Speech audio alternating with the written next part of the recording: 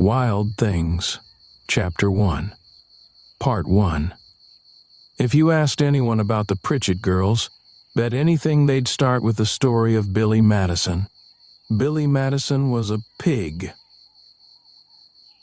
There was quite a bit of whispering, pointed stares, and even a bit of finger-pointing, as Leanne Forrester took her leave.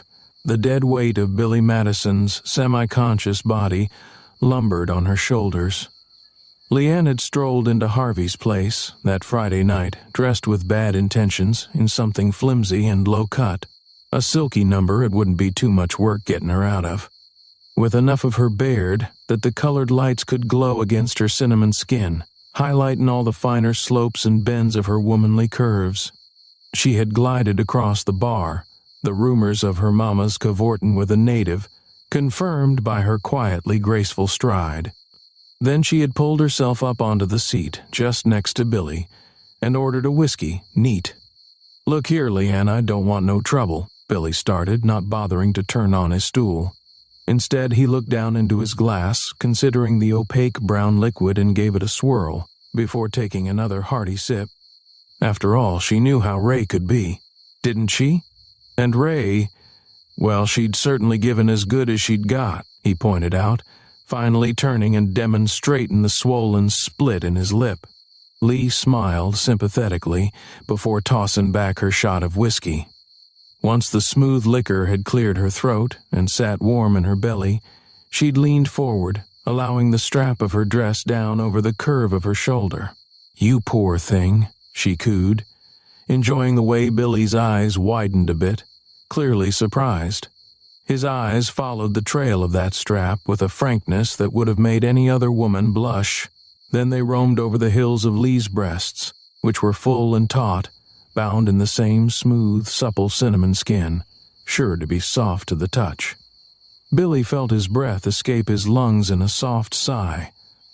Lee knew what it meant when he shifted uncomfortably, when she let her hand brush his thigh and felt the muscle go rigid.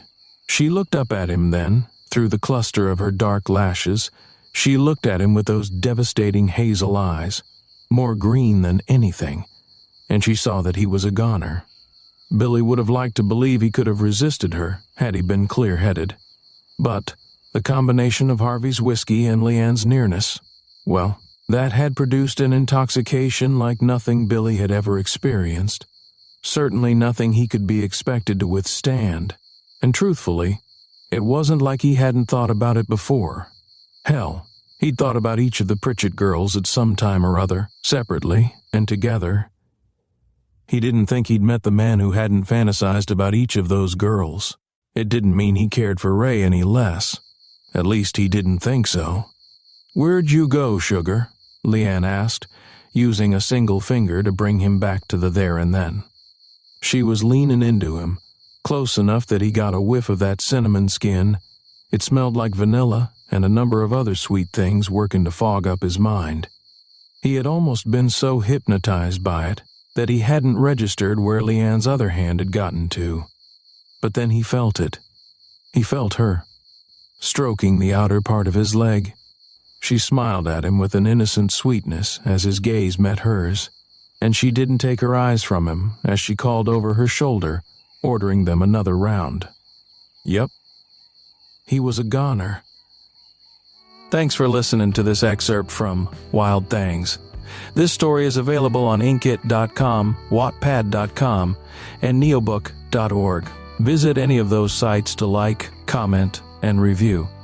Add Wild Things to your reading list to receive notification of upcoming chapters and to learn what happens next.